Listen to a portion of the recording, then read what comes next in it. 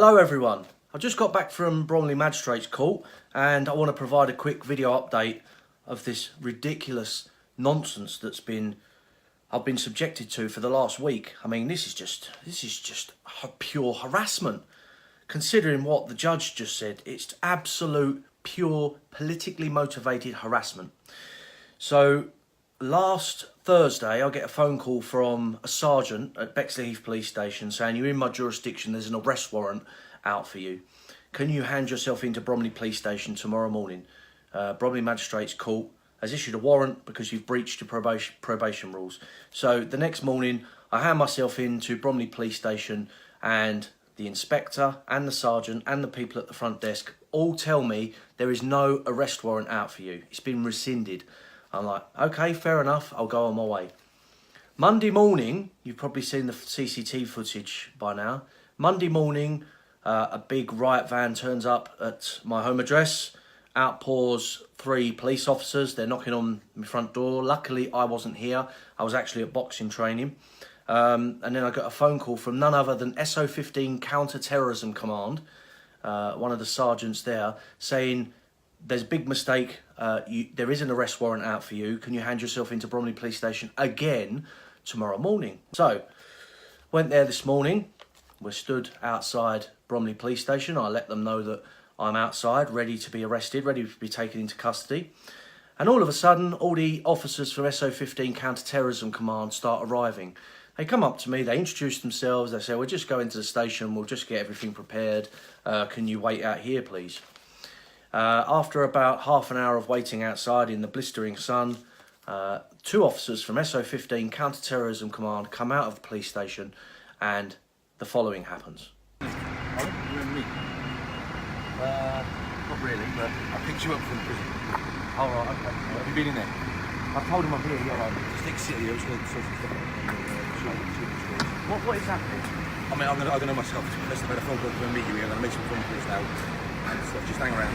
I'll just hang around. Well, I'm here outside Bromley Police Station, as you can see.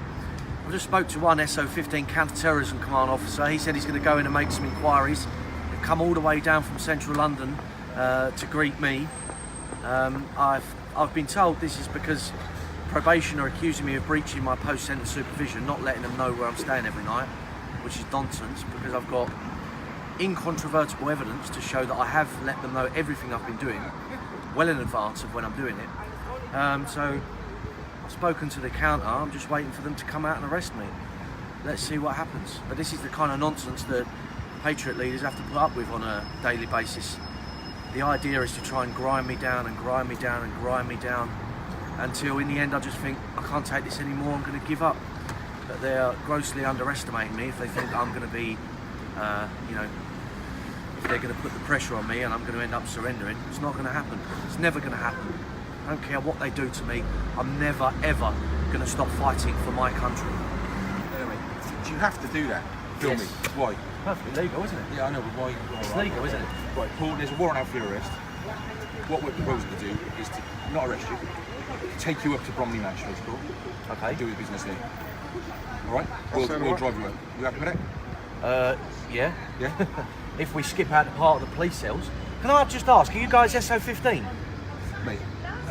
Well, you are, because you said you were when you came and picked me up from HMP Liverpool. Am I a terrorist?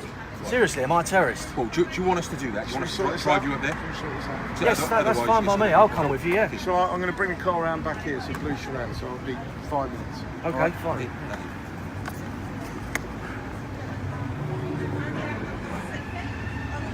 So then we jump in the motor, we follow them around Bromley. On the other side of town there's the Magistrates Court. So we jump in the motor, we follow them round to the court. As you can see, ladies and gentlemen, we're just following the car that with the 2 SO15 counter-terrorism officers. Just spoken to my solicitor. He said this is a very, very, very strange occurrence, what's happening. Very strange. You never come across it before. There's an arrest warrant out for me, but they refused to arrest me. They asked me if I voluntarily accompany them to the Bromley Magistrates Court. It's so bizarre.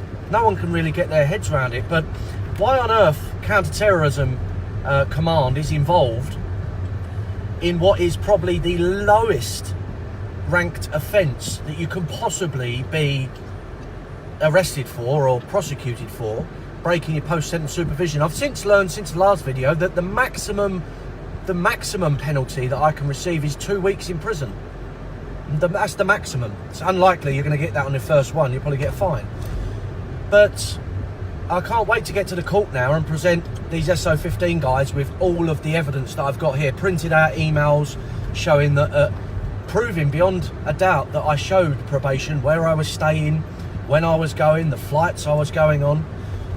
This is just pure, naked political harassment. So we're on our way to Bromley Magistrates Court now. Then we arrive at the court, we park up, we go inside. We're babysat by these two officers from SO15 Counter-Terrorism Command, literally all bloody day. And we're continually asking them, shouldn't you be out there catching terrorists? Shouldn't you be out there keeping the British people safe? Why have they got two counter-terrorism police officers babysitting a politician and one of his security bodyguards all bloody day? But anyway, they sat with us for the entirety of the day. Something like 4 or 5 hours these people were sat with us. But anyhow, so after a while inside the court building, I was handed this. I'll just cover up the particulars. So I was handed this, a breach report. Okay, from the National Probation Service, you've breached your post-sentence supervision. It's got page after page of waffle. So basically, to sum it up, they're claiming that I was planning to travel to Northern Ireland on last Wednesday to Friday. They're claiming that I never given sufficient notice, and that basically I was going over there to participate in the start of the marching season. Well, first of all, who gives a bloody damn? There's nothing in my post-sentence supervision that limits me taking part in cultural activities or even political activities. I can do what I bloody damn well want. But they're claiming I never gave them sufficient notice for them to make checks. Well, after a while, I went and sat down with the prosecutor and I handed over all my evidence. And to be honest, he was absolutely astonished. He was aghast at what was happening. Here is an email printout from the Friday before, the 6th of July, which clearly states I'll be travelling from Wednesday to Friday. It says in Northern Ireland I'll be staying at XYZ Hotel. So that's 5 days notice that I gave them. And they said I haven't given sufficient notice. 5 days. Then on the Monday, 2 days before I was meant to go, we forwarded it again. Here's a printout of the email that we forwarded to my probation officer again. Funnily enough, on that Monday, he broke off all communication with me. I tried ringing him and ringing him and ringing him and ringing him. Wouldn't answer. Even the probation prosecutor in court today could not get hold of this team that's overseeing me. He rang my probation officer, no answer. It was just a nightmare. I mean, the judge and the magistrates were just incredulous. What the hell is going on here? The fact of the matter is, I didn't even go over to Northern Ireland, which nullifies the whole thing anyway. I presented evidence that I was actually staying at home during this period. There's CCTV of me returning from the airport on the 10th, and I was meant to go to Northern Ireland on the 11th. Not only that, I produced evidence, and here's an email printout from the line manager, the superior of my probation officer, and point number 1 says, this is from the National Probation Office, there is no prohibition on Mr. Golding travelling to Northern Ireland, blah, blah, blah, but he has to let his probation officer know where he's staying. Regardless of all of this, they still decided to prosecute me. So I'll just read some extra bits and bobs out from the breach report that I was handed. And this is where their case falls apart. And this is where this is what they was trying to stop. They were trying to stop me going over for the 12th of July celebrations in Northern Ireland. So it said, these plans would mean that Mr. Golding would be in Belfast on the 12th of July 2018, which marks the start of marching season in Northern Ireland. Britainfirst have previously allied themselves with unionist groups in Northern Ireland, and I have concerns that the date of travel is connected to the marching season and could have an impact on community safety. So the final section is the conclusion and recommendation. The recommendation of the National Probation Service is that I be committed to prison for 14 days. It even says in their guidelines that they're supposed to give a formal warning if they feel that I'm going to breach my post-sentence supervision. No warning was given. They went straight to court and they recommend to the court that I be sent to prison for 14 days. To his credit, the judge looked at all of this evidence and just said, quashed it right there and then. Case thrown out. And the prosecution, who I spoke to, the probation prosecution, it was even looking at all the evidence thinking, what the hell is going on here?